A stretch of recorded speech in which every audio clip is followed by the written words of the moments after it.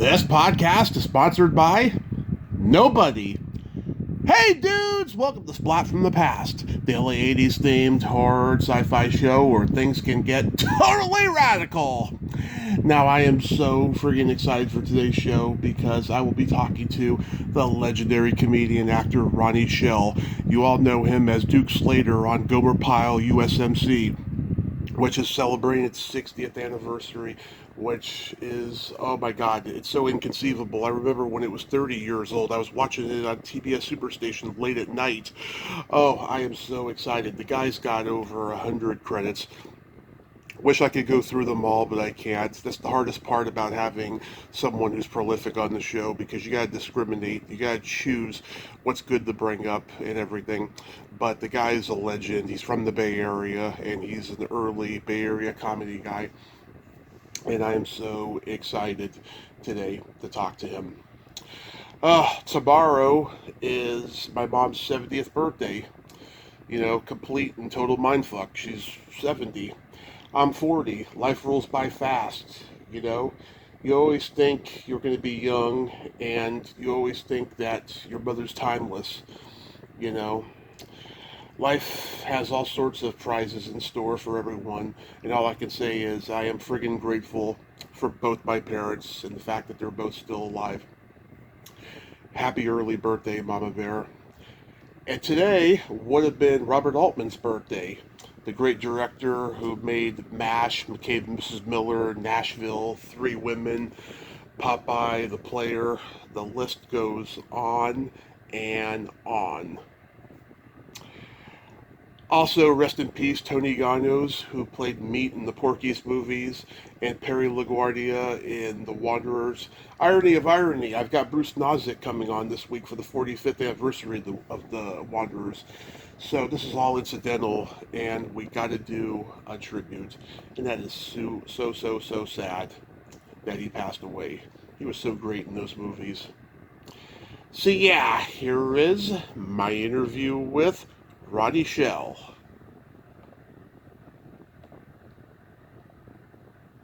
Hey, Tom. Hey, Ronnie, welcome to the show, sir. How are you today? Good to be here. Tell me this has hit me all of a sudden. Where are you from? I am originally from San Francisco. Currently, I live in Modesto, California. I know it well. Yes.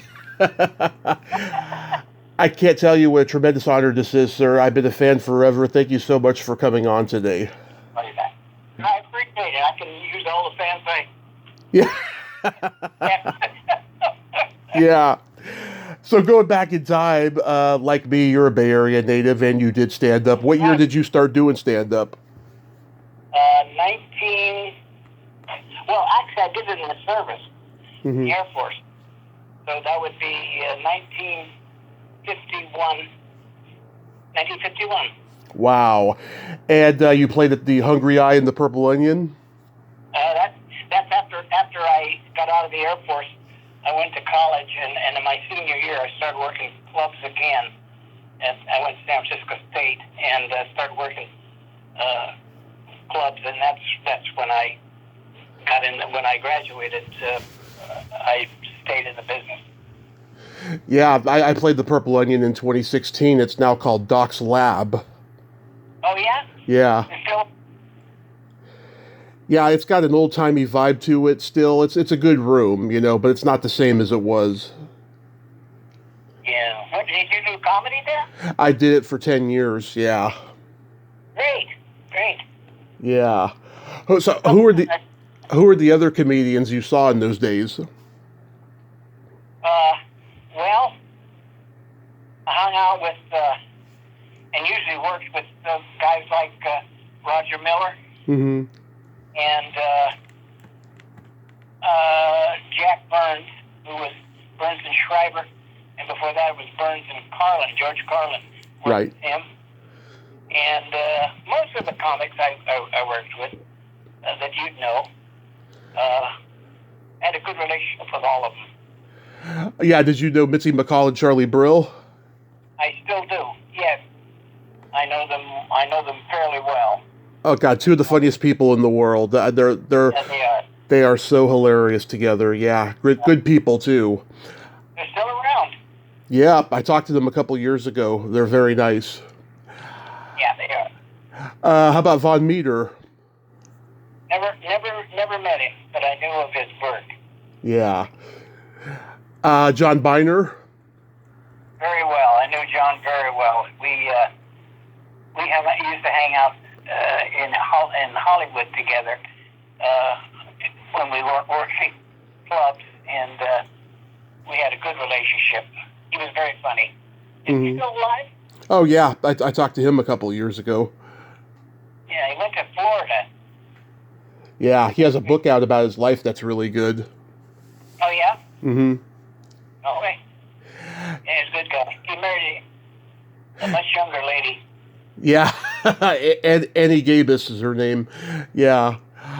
You were close with the Kingston Trio. You introduced them on their live albums. How did your association with them begin? It began when we worked at the Purple Onion together. It was their debut and my debut and Phyllis Diller's debut. And we all worked there for about 5 weeks. And then they were going out on the road, and they asked me to open for them. And I did for a year and a half, off and on. Yeah, I just interviewed Nick Reynolds' cousin, Mike Marvin. He's keeping the band alive. He's touring and doing their music with 2 other guys now. Yeah, I know. I saw them once, and I participated in one of their concerts by introducing them. I don't remember when. This past April. Oh, that's great. Yeah, that's so great that he's keeping their legacy alive. Yeah. So your first big break was when you were on You Bet Your Life with Groucho. Yeah. September 1959. Yeah, so was he like a hero of yours? Did you become friends with him? Oh, yeah, the Marx Brothers were big heroes of mine. And he was, contrary to the belief that or not the belief, but I was told that he was tough to get along with, he was very nice to me. Very nice and very complimentary. And 4 weeks after I did Groucho show, I think my first debut on the Tonight Show. Mm-hmm. And he was in the audience, and he came backstage to the theater and was very complimentary. Wow. Yeah, that was your first time on TV?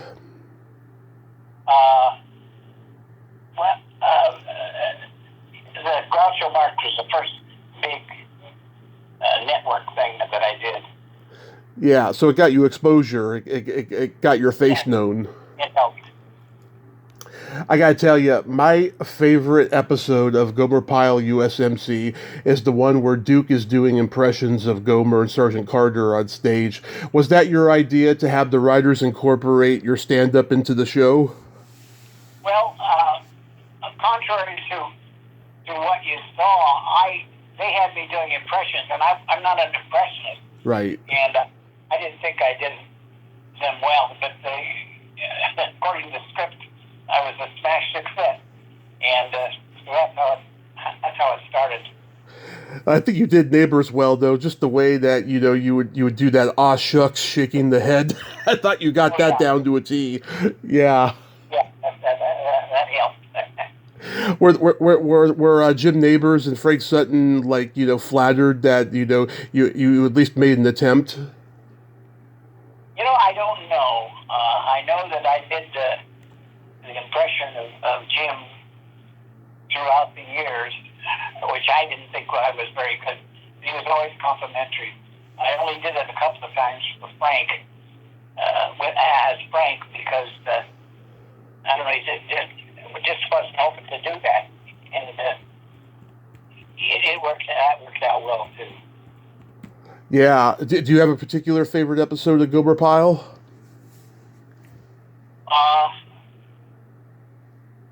Not really. I liked them all. I think probably the one you mentioned, which was titled Duke Slater Nightclub Comic. That was probably my favorite because I had a chance to show my personality. You know what I mean? Yeah, that's a real good one. Also, the one with Rob Reiner and the hippies. That's a good one too. Oh, that's right. Yeah, that's right. And what's her name? We tried to get her to do an interview, and she was stalling us.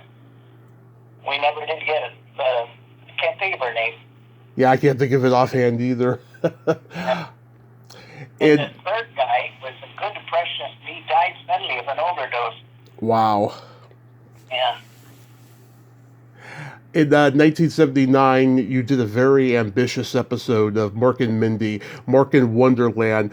That episode is so out there. Was that a crazy, difficult episode to film? No, what happened was, I think it was the first 1 hour, Mork and Mindy, Mm-hmm. and we spent a week up in a balloon, tethered, of course, Yeah. but that's where myself and another comic, I can't think of it, a couple of comics, I can't think of it, played other characters, and I played a character that was sort of taken off on Bob Hope, because I had a longer nose. Yeah. I don't know if you remember that, but Yeah. that and Robin, who knew me because he started in the Bay Area. Mm-hmm. Started, but he had an important. He lived in the Bay Area, and he knew me for my reputation at the Bay Area, and was very good. He was very quiet, didn't say much. So I didn't really get to know him very well.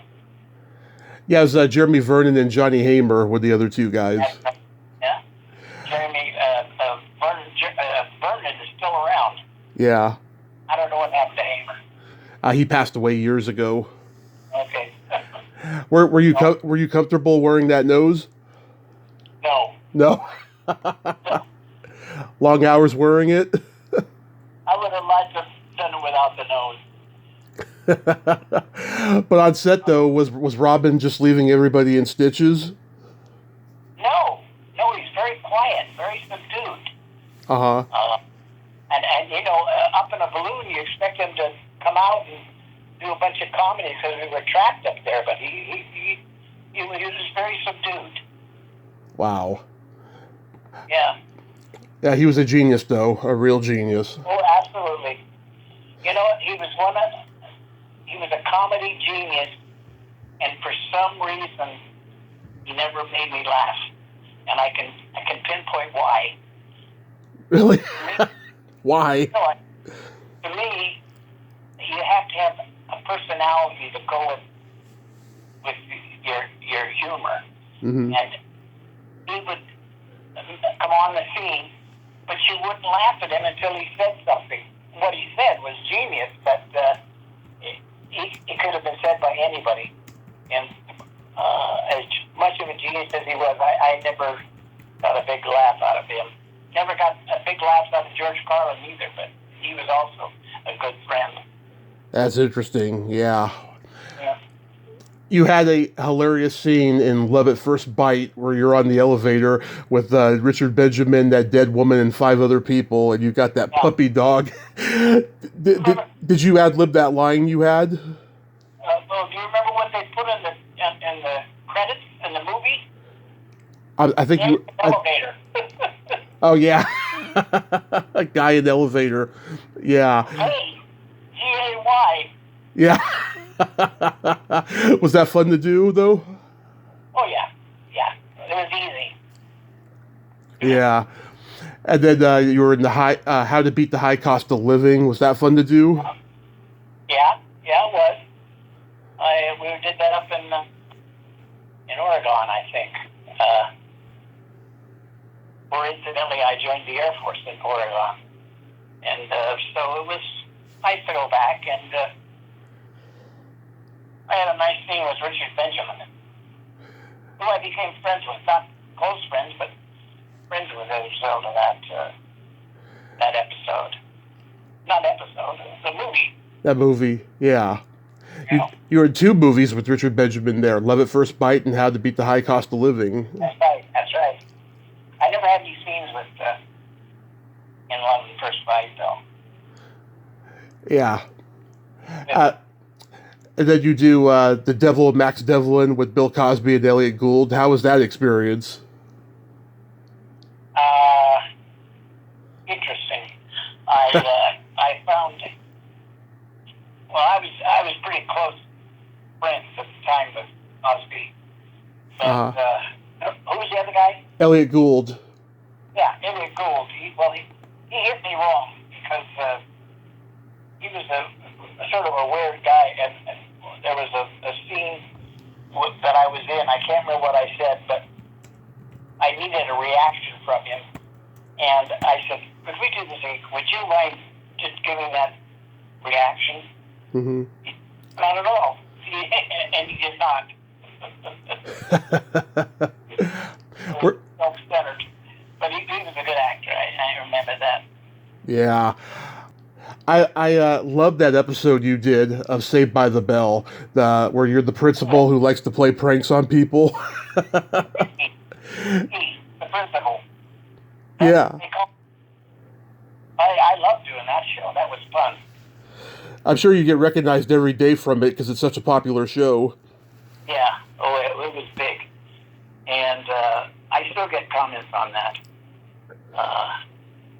And of course, I worked once in Vegas with the kid who later got in trouble with the law. Can't think of his name. Oh, Dustin Diamond.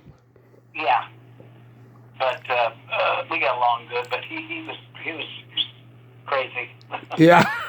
A lot of child actors are, unfortunately. Yeah, that's true.